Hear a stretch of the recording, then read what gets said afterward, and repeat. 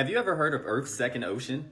An ocean inside the Earth's mantle that might have as much water as all the oceans combined. Scientists discovered a reservoir of water 440 miles below the Earth's surface. A mineral called ringwoodite was discovered after a volcanic eruption in Brazil. Ringwoodite is notable for its tendency to absorb surrounding water like a sponge. Speaking of sponge, SpongeBob does have an ocean under the ocean. Was I not the only one who questioned this when I was a child? But let's digress. The chunk of ringwoodite was comprised of 1.5% of water.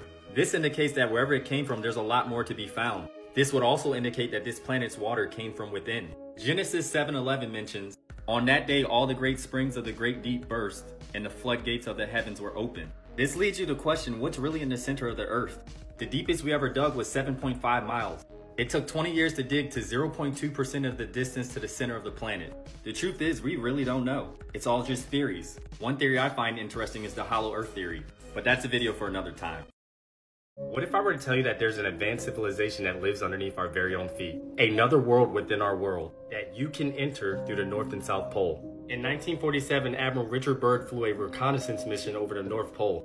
Byrd reported flying over a lush green area of land beyond the ice. He was greeted by flying disc objects known as Flugerods. The Flugerods escorted his plane into the inner city. He described meeting the leader of the subterranean race.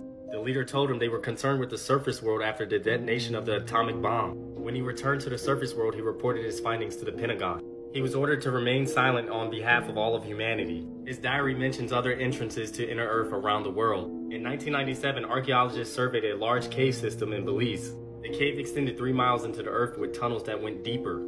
These caves have human sacrificed remains to reptilian deities. It's also noted that scientists recently discovered a reservoir of water that's 440 miles deep beneath our surface. This reservoir has enough water to fill every ocean on the surface twice. Many ancient creation stories of the past all mention of a world within our own. The Mayans mentioned it in the Popova, an ancient underworld known as Xibalba, a world ruled by reptilian humanoids. The Buddhists describe Agartha as a great kingdom of peace and tranquility, a world of astonishing beauty with an inner sun, underground lakes, and palaces made of the purest crystals. When it comes to our Earth, the truth is we don't know what's at the center.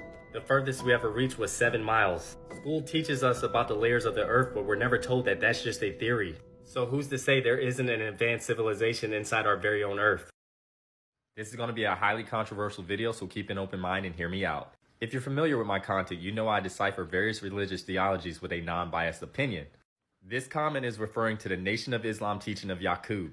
Yaqub was a scientist born in Arabia who is said to be the creator of the white race, whom he created 6,600 years ago. Prior to that, it was only black and brown people who inhabited inner Earth and outer Earth. Yaqub didn't like his own people, and he was furious with them for the death of his parents, so he decided to create a new race that would rule over the people. He learned that there were 2 germs in a black man that could be manipulated to create a new race. Through eugenics and selective mating, he was able to create a new race by isolating the recessive traits. This was known as grafting. This process of gene manipulation took over 600 years of trial and error to perfect. Through positive and negative assortative mating, they were able to produce various mutations. The first 200 years, they produced the brown man who migrated to Japan. The next 200 years, they produced the yellow man who migrated throughout Asia. The next 200 years, they were able to produce the recessive traits of blonde hair, blue eyes, and people of lighter skin. And they were sent to the mountains of Europe. When it comes to theological teachings, I try to compare the scientific evidence as well as how these theories correlate to other cultures around the world. There's plenty of evidence suggesting that human DNA did evolve from Africa. The University of Copenhagen conducted a study on blue-eyed individuals and found that 99.9% of them had a mutation in their OCA2 gene that made it useless. Now, I personally find the origin story of Yaqub itself interesting because it compares 2 of my favorite theories. The hollow earth theory of Agartha, as well as the Anunnaki being the creators of humans. And I'll cover this in another video because this is a rabbit hole in itself. I want y'all to listen to this video because we're about to go down a rabbit hole.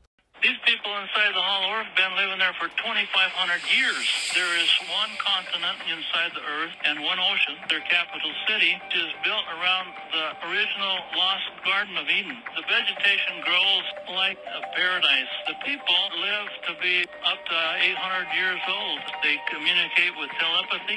The inner earth people have built these androids that fly their flying saucers out to reconnoiter the outer earth. Our government has been knocking flying saucers out of the sky and back engineering these flying saucers. The people that live in the hollow earth are not extraterrestrials. They're from the lost tribes of Israel. Now, most people will probably hear that video and think this man's talking crazy. Aliens, another world beneath us? Sounds like something Hollywood would make up.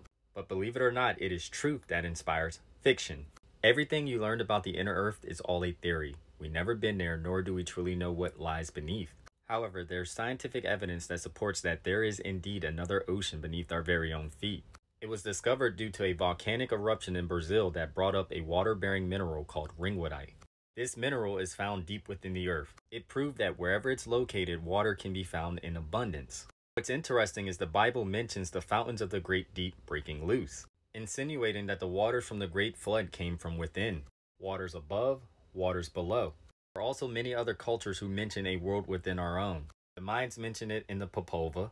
Then there's the Nation of Islam teaching of Yaqub.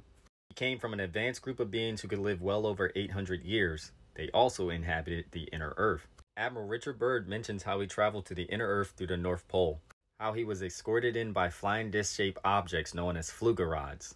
When he entered, he came across luscious green lands with prehistoric animals that were extinct on the surface world, as well as an advanced race of beings who lived in the cities within. He was quickly silenced by the Pentagon. As of recently, the government has declassified aliens acknowledging their existence. We now call UFOs unidentified aerial phenomena. If you notice, most of these craft come from underwater. Topside, gust in the morning. What was splashed? Mark bearing and range. This leaves you to wonder, what's really at the center of the earth?